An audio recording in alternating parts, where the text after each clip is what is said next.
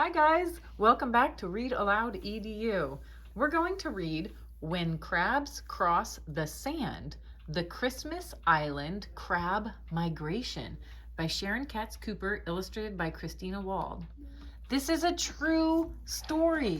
We're going to learn about these fascinating crabs that live on Christmas Island.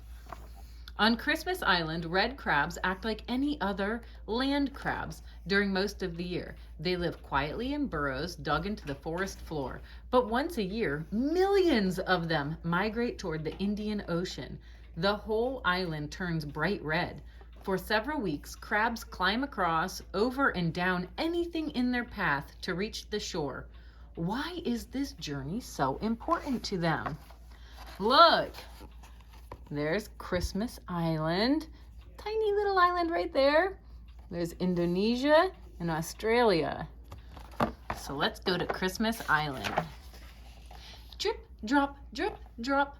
The sound of rain wakes up the red crab. She stretches and waves her claws. She hasn't moved for a long time. During the dry winter months, she slept, tucked safe inside her moist burrow. On Christmas Island, there's a dry season and wet season.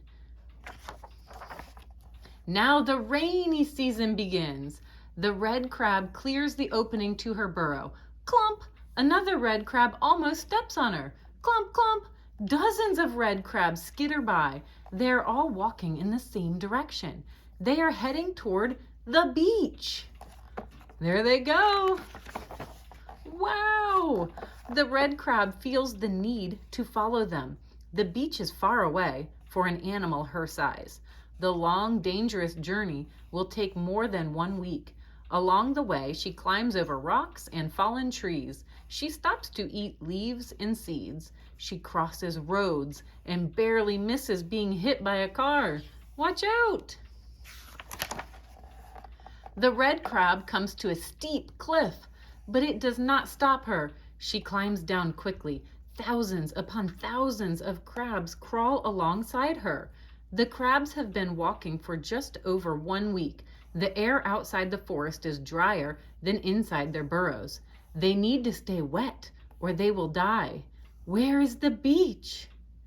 They must make it to the beach. There they go. There it is, the Indian Ocean. The red crab scurries in. After a dip in the water, the red crab walks back up the beach. Quick as a blink, 2 claws grab her. It's a male crab. He arrived first to get his beach burrow ready for her. The 2 crabs crawl inside the burrow and mate. Once they've mated, the male heads back to the forest. The female stays behind. She has important work to do. The red crab watches the moon.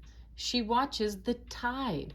When the time is right, she leaves the sandy burrow and runs to the water, raising her claws above her. She does a little dance.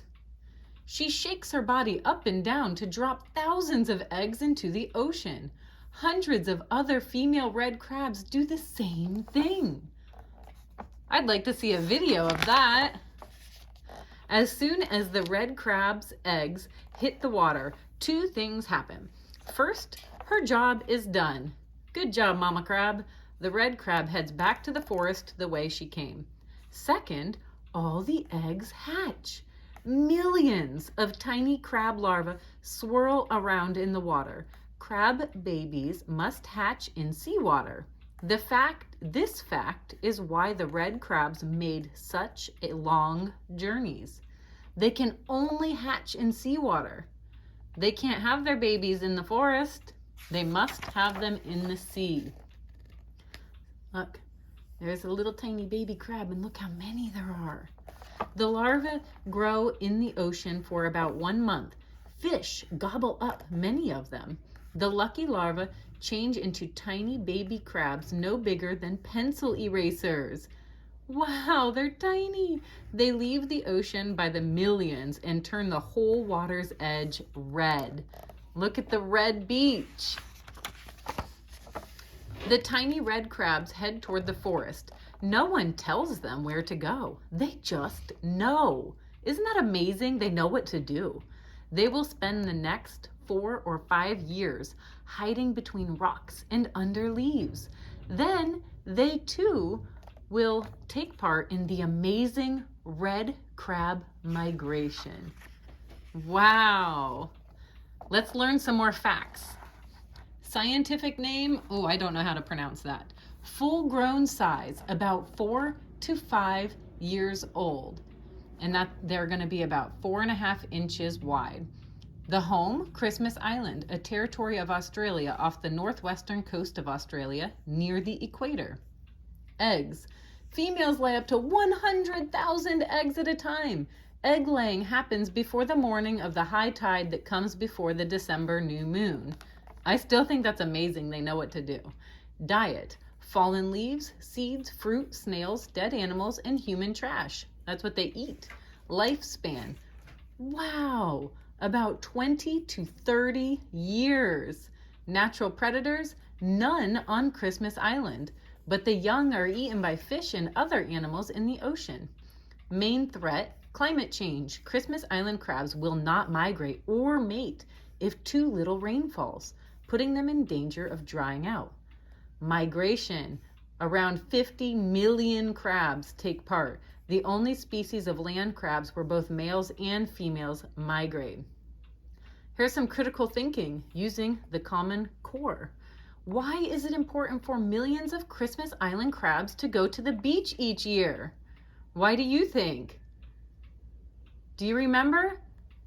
They have to go there to lay their eggs because the eggs can only hatch in the saltwater in the ocean. Describe the dangers Christmas Island crabs face on their migration journey. I can think of one danger, remember? Drying out. What else? What about when they were crossing that road? Ah, watch out for cars.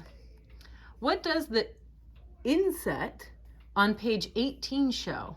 Why does the illustrator use an inset? Oh, I know. That's what we looked at here. Look. They made the inset so we could see what all these tiny little dots are. There's millions of them. Millions of these tiny little crabs. How cool is that? Thank you so much for reading about these interesting animals. Look, there's more. Uh-oh, I might have to get more of these books. Thank you so much for reading with me. I'll see you guys next time. Don't forget to subscribe.